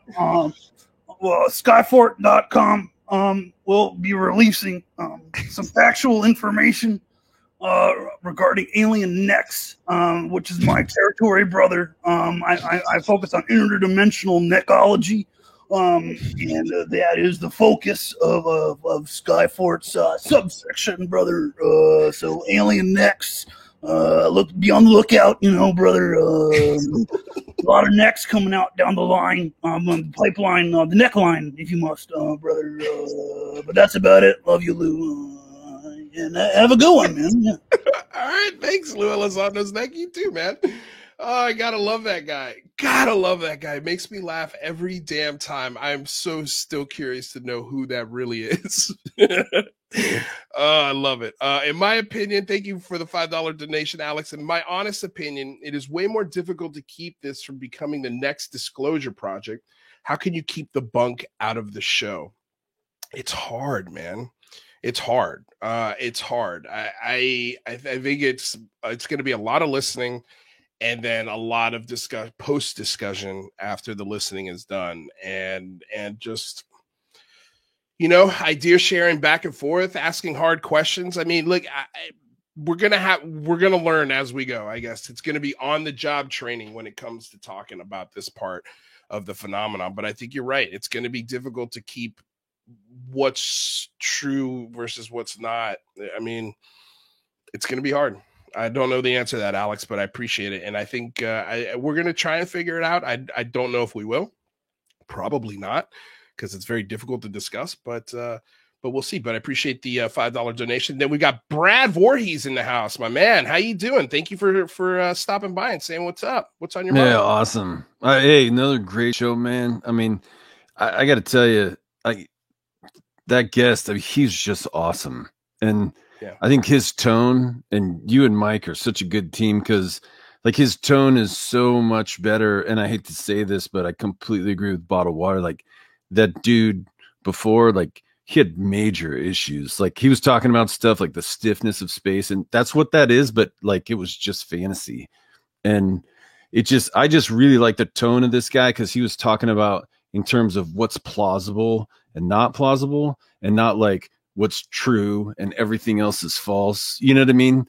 And yeah, so that was, I thought that was awesome. Such a good tone today. There's an accusation being thrown around right now, and that is Brad is Lou's neck. Hear that voice. You do sound eerily similar to Lou Elizondo's neck, but it's not him, because we had Brad and the neck in the stream at the same time. And I could see Bradley as the neck was on. So it's definitely not Bradley, but damn, you guys sound almost exactly alike. If you said, yeah, brother, I think it would be. Yeah, brother. Yeah, I mean, yes. It's me. I know it's me. Oh, God, that would be so damn funny, man. I wish it was true. But yeah, I didn't see Michael's interview yesterday because he was a master. He was a master class in controlling a train wreck. This guy was I mean, that's just my opinion. I know this doesn't reflect the opinion of the unidentified celebrity review or anything. That dude was he was like a dumpster fire on a train that was wrecking. And Mike was just now I gotta go back and watch it. Now I gotta go back and watch it. Well, I mean, he was calling Avi Loeb, called him a schmuck. I mean, who does that? You know what I mean? That's just. But anyway, I just want to say, man, great show. Just love the way you guys, you just get the most out of your guests, and it's all productive. And I mean, it was great. So thanks a lot. Hey, man, no problem. It's our absolute pleasure. It's why we're here. We love to do it. It's fun, and. Yeah, it's not work for us, even though we need the time off. It is work, but it's not, if that makes sense. Yeah, but you're making deposits, man. Yeah, I mean, this is just the humble beginnings. I mean, you're gonna, I mean, when this mainstreams, I mean, you guys are just going to be, I mean, you're just going to be on top of it. You know what I mean? Like UCR is going to be the place to be. I think, yeah. It's investment. No, well, I think you've got, entities like the Debrief. You've got our show. You've got Ryan Sprague. You've got Andy at That UFO Podcast. You've got John Greenwald Jr. Sort of like this new energetic wave of people coming into the topic because the topic is being forced into the zeitgeist. And so now there's people that are getting interested in it that maybe would have never talked about it before. I mean, not in the case of Greenwald. Greenwald's been doing this for 2 decades, almost 3. Don't want to age him. Sorry, John. I know you hate doing that. But I mean, I think you're right, man. I feel the show, my show, our show, this show, is I compare it to sort of standing on the beach and you look down and all of a sudden the tide is just going out to sea. Like there's a huge tidal wave coming, and this tidal wave is going to be curiosity, and we're going to be in perfect position to sort of ride this curiosity surf that wave. Yeah, we're going to surf the hell out of this wave. So yeah, man, I mean, it's because of, guys like you that come on the show and doing the work that you're doing. And some people will say like some of your work is crazy and out there. It doesn't make any sense. Right.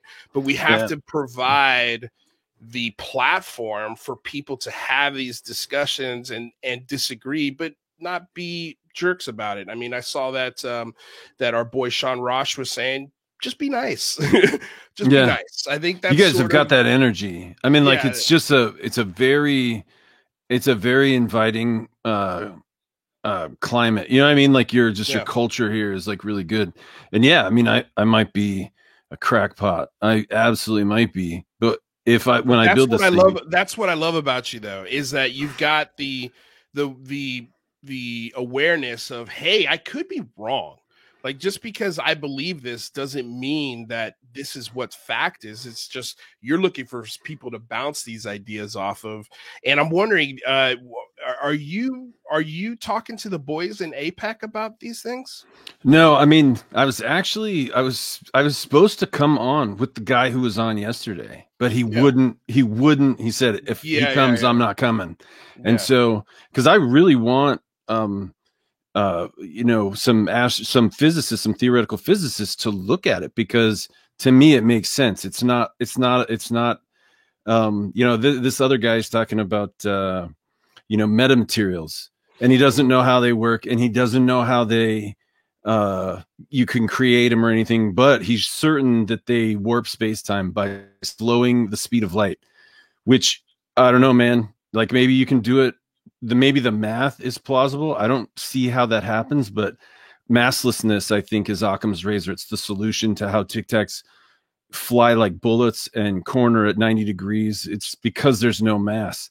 And and I'm telling you, like, okay, you can say that it's crazy. It sounds crazy. I think it's totally logical. I think it makes perfect sense.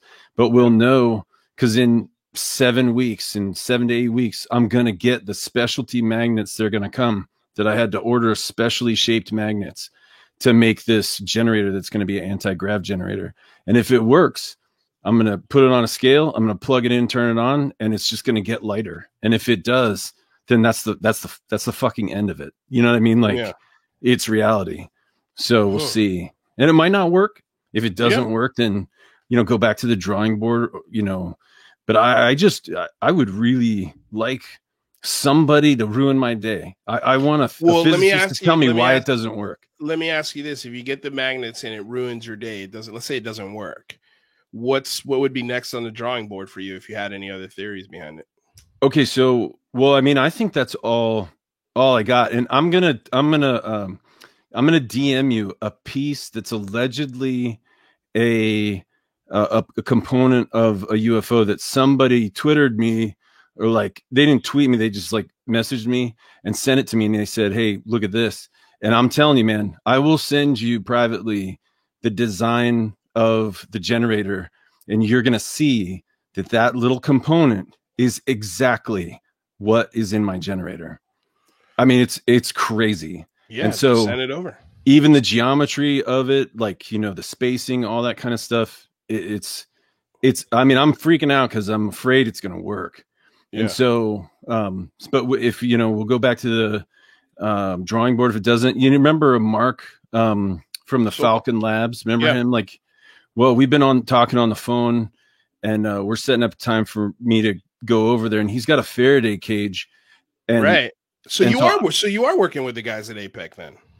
Oh yeah. I'm talking to them. Right. Yeah. That's what I mean is you're bouncing ideas off each other, which is useful. Yeah. I sent him the design of the generator. And so he's seen it. And we're going to talk about fabricating some pieces for it. What does Mark feel about your theory? Is he sort of agreeing with you? He's like, I think he's reserving judgment. Yeah. I think he's, well, I guess where are the points where he disagrees with your theory then? Well, I don't think he does. I don't think he does. I mean, he was a total skeptic and thought I was like a complete idiot. I mean, he like told me, he's like, Walmart's out of left-handed electrons, bro. And I was just like, oh man, I'm going to get you. And then I was like, when this works, I'm going to shove those words right up your ass. Well, dude, I hope it works. Man. Yeah. I mean, we'll see. And if it doesn't, then, back to the drawing board. Yeah. But I will be accountable. I will come and say, yeah, hey, look, it didn't work. But then I'm going to put it in his Faraday cage because I'm going to have a scale. So if it loses a pound or two or something like that when I turn it on, then that's going to confirm it. But if it doesn't work, I'm going to go put it in his Faraday cage, and he can measure the reduction of mass like in his lab down to, I don't know, like fractions of a gram. And so then at least we'll have some kind of some kind of evidence, even if I can't quite get it, because I'm not going to have the frequency exactly right. I'm not going to have the amplitude exactly right because my construction methods are crude. But I think I might be able to get close, and I'm going to send you that. I'm going to send you that picture. It's going to freak you out. Yeah, no, Chad, please do. All right, Brad. Yeah. Well, I appreciate you stopping by, my dude. Yeah, no, it was awesome. Thanks for helping me end the show here. I appreciate it. We got to send me the photo. I want you to do the experiment, and then let's get you and Mark to come in and let's discuss how it worked, if it did, or why it failed, and what are sort of the steps forward with it, because that's going to be fun. It's fun. Yeah. Either way you break it down, it's going to be fun to do. It's going to be fun to talk about post experiment. So yeah, let's do it, man. Yeah, I already filed my patent on it. I don't know if I told you or not. I'm a patent attorney too. So I filed a patent on it. As soon as I get that date back, my filing date, so somebody can't patent it out from underneath me. Yeah. As soon as I get that date, I will tell you exactly how to build it. I mean, it'll be, like I can get my filing date back in a week or so, maybe. And then, so, I mean, even as soon as a week, I'll tell you how to build, I will show you how to build it. Wow. And the geometry of it and how it works. And anybody can cross-examine it and say, oh, that's bullshit, it won't work, or whatever. But I think you'll see that it creates a resonant pulse of left-handed electrons, which is what I think we need to decouple ourselves from the Higgs field. Wow. So we'll see. Right on, dude. Well, I can't wait. Yeah, man. All right, Brad Voorhees. Well, we'll see you soon, my friend. See ya. Thanks. Ciao. All right, you guys. So we're at the end of the show. We're here. That was fun, you guys. I hope you had a good time. I know I did. That was definitely worth coming out of vacation to come do this show. I hope you guys appreciate it. I'm sure you all do. If you have, do us a favor. Drop a like, share the show, subscribe, ring the bell. These are all things that support the show without you having to donate a dime of your hard-earned cash. But if you'd like to donate some of your hard-earned cash, I don't know what's going on with that. Something's happening. It's either a connection issue. I don't know. It totally threw me off. Anyway, if you do want to support us with some hard-earned cash, there are wonderful ways to do it. Obviously, as you see, the super chats are always open. They're a great way to get questions in there. Also, check out our Patreon. Patreon's a great way to support the show monthly. You could go from $1 to $500,000 a month. Yes, that is a real tier. I think it's the funnest Patreon on the market. Whether you're Patreon or not, you get the same access to the same show everybody who doesn't pay. You're literally a Patreon because you want to support the show. So we truly appreciate all the Patreons out there. And I apologize to the Patreons this week. I didn't have a calendar. I wasn't prepared for this show, so I don't have the updated names. And it's all the names are on the old calendar. So next week we'll refresh the calendar. We'll add the new names that have been donating to the Patreon. And we'll be back to normal next week. I've got some crazy exciting news that's going to be coming down the pipe here in the next probably week or two. So stay tuned. The show's about to get bigger, and it's about to get bigger in a really, really fun way. So don't forget to like, subscribe, share the channel. I want to say thank you to the sponsor, BlueMarlinChronicles.com, purveyors of the world's finest fishing tackle since 1995. I want to say thank you to DOS Tapes. They provide all of the tunes that you hear on the show. Their Bandcamp link is in the description below. We've got links down below for Michael, for Rather. You can check out all of our link trees, have links to all of the different platforms that we have and social media links. Also, we've got links for Tim McMillan, The Debrief, and Ralph Blumenthal right below the video. So if you want to follow them, please do. They're amazing, amazing gentlemen and people doing really great work in this field. And without them, I don't know where we'd be. Oh, snap. Thomas Fessler popping in here last second. Woo! What do you got, Thomas? Man, how's it going, Lou? It's going well. Yeah, you've been freaking kicking ass. I just wanted to say thanks for all the hard work you've been doing and what you put into the Big Phone Home too. Can't wait to see this just kind of going on as a regular kind of a thing. Like we have that kind of telethon month that you get on PBS where every weekend or every so often we pump into it and just keep the momentum going and keep the people going and sending it in because, it's the only way stuff's going to happen. Yeah, man. Well, I mean, we just had Andy and the Signal over there at the UAP Media UK. These guys have been writing templates for their prime ministers. So we're going to be adding those templates to the Big Phone Home website. The Big Phone Home's not a weekend, man. You can do it anytime you want, any day.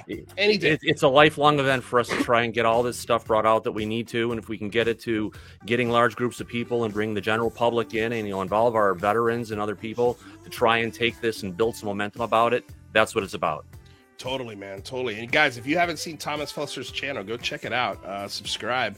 What is how can people find your show again? What is it? Under Thomas Fessler over on YouTube.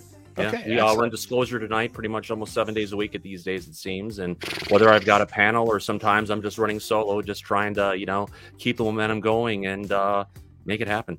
Right on. Oh, we got a reminder also. I forgot to read the poll. Thank you, Gavin, for the reminder. So the poll for today was, how do you feel about the abduction phenomenon? And then I'll get your answer on this one after I read the results, Thomas. But so the options were, I believe it's happening. I do not believe it's happening. I need more evidence, or it's time to discuss this openly. So with 9% of the vote, 9% with 263 votes said, I do not believe it's happening. So 9% don't believe it. So it's the lowest out of all of them. In third place would be, it's time to discuss this openly with 26% of the vote. And then almost a tie. I need more evidence with 32%, and I believe it's happening 33%. So majority of the audience believes that the abduction phenomenon is actually happening. I'm curious to know, Thomas, what are your thoughts? Well, there was a doctor, I believe he was on the East Coast, I have to find his name again, who actually was doing studies with MRIs where they were actually able to definitively see a change in brain activity going in people who were abducted. So if there are, physical changes to the brains and we can see differences in activity, bring it on, take that research, make it more open, and let's get it going in more areas to a degree. It's something that happened for, a long time, and it's just a matter of understanding, is it still going on? If not, what changed in the environment that they're handling it differently? Excellent. Well, thanks for stopping by, my dude. Absolutely.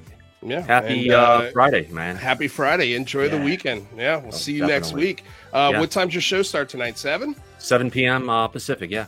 Excellent. All right, dude. We'll see you there. Yeah. See you there. Catch you later, man. Thanks. Appreciate it. Have a good one. No problem. Ciao. All right, you guys. That's it. Thank you, Gavin, for reminding me. I truly appreciate it. I totally forgot it. Earth versus Uranus. A Fessler sexual I am. Love it. Funny. Okay, so that's it, you guys. Thank you all so damn much for coming aboard, getting weird with me here on another episode of the Unidentified Celebrity Review, your home for credible news, reviews, and commentary on everything UAP and UFO. My name's Luis Jimenez. On behalf of Michael Mataluni and Rather Be Squidding, who are MIA as of this point, but they'll be back next week. Just want to say thank you to all of you guys. Truly appreciate it. And again, stay tuned. The show's going to be growing in some really wonderful ways. And we may be even adding a show. So stay tuned. We've got some really, really cool stuff coming. So with all of that said, you guys, thank you so damn much. I appreciate and love all of you. We'll see you on Monday. I'm going to tell you all right now, all of these wonderful people would not be here without Patreon supporters like you. If you enjoy credible news, reviews, and commentary on UFOs and UAPs 5 days a week, you want to support this show. What's your name? Marty. Marty, look how easy this is, Marty. Pick up your phone. Boom! You're a Patreon member. I mean, look, it's so easy. You just click the link, which is right here. Just for $1 a month, you can support this show. Just fill out the information and pledge what's comfortable for you. It could be $1, $5, $10, or who knows. Just support. I believe you're enjoying all this. Indeed, Captain. I've never seen him look so happy. Shut up! Shh. Shh. Well, what do you know? I finally got the last word.